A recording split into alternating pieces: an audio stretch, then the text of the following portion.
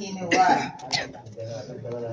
معزز سامعین کرام، میں نے آپ حضرات کے سامنے ایک قرآن مقدس کی ایک آیت کریمہ تلاوت کی ہے، جس کا ترجمہ یہ ہے کہ بلا شبہ اللہ رب العزت کسی قوم کی حالت اس وقت تک نہیں بدلتا جب تک کہ وہ قوم خود اپنی حالت نہ بدل لے، اور جب اللہ تعالیٰ کسی قوم پر آفت و مصیبت نازل کرنا چاہتا ہے تو وہ پھر واپس نہیں لوٹتی، اور اللہ کے سوا کوئی مددگار نہیں ہوگا۔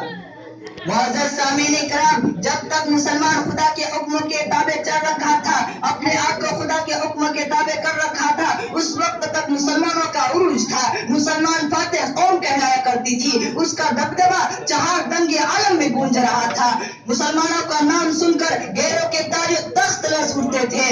لیکن جب سے مسلمانوں میں عیش و عشرت اور خواہشات نفسانی کی پیروی کا سلسلہ شروع ہوا اور اللہ تبارک و تعالیٰ کے احکام نبی کریم صلی اللہ علیہ وسلم کی سنتوں کا پاس و لحاظ نہیں رہا، اسلامی تہذیب و تمدن معاشرے سے ختم ہوتا چلا گیا، تو مسلمان ہر طرح کی پریشانی میں مبتلا ہونے لگے اور آیت مذکورہ کا پس منظر سامنے آنے لگا۔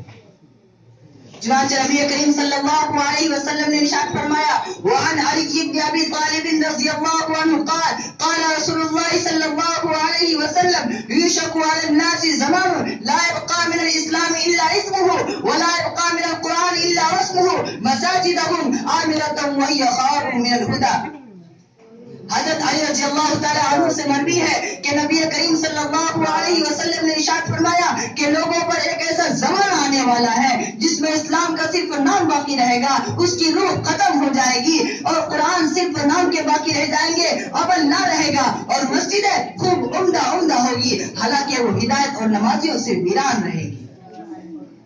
معزز سامعین کرام، اس حدیث پاک میں آقا نامدار تاجدار مدینہ محمد عربی صلی اللہ علیہ وسلم نے امت کے سامنے تین قسم کی پیشگوئی فرمائی۔ پہلی پیشگوئی یہ ہے کہ لا يبقى من الاسلام الا رسمه، کہ جس میں اسلام کا صرف اور صرف نام باقی رہ جائے گا، مسلمان اپنی اسلامی ذمہ داری محسوس نہیں کریں گے، مسلمانوں اور غیر مسلموں میں کوئی فرق نہیں رہے گا، مسلمان اپنی اسلامی شعار سے دور ہوتے چلے جائیں گے اور غیر اسلامی تہذیب و تمدن سے قریب ہوتے چلے جائیں گے۔ افسوس ایسی اقتدا پر، افسوس صد افسوس، کتنی بڑی بے غیرتی اور بے عزتی کی بات ہے۔ کیا اسلام نے ہم کو یہی سبق پڑھایا ہے؟ کیا نبی کریم صلی اللہ علیہ وسلم کی ذات اقدس نے اس کی تعلیم دی ہے؟ کیا ائمہ اربعہ نے اس کا درس دیا ہے؟ کیا صحابہ کرام رضوان اللہ تعالی علیہم اجمعین نے اس کا سبق پڑھایا ہے؟ کیا فقہائے اعظام نے اس کی تعلیم و تربیت دی ہے؟ کیا وقت کے نامور علماء نے اس کی جانب متوازن کیا ہے؟ کیا محققین و مفکرین نے اس کی جانب چلنے کو کہا ہے؟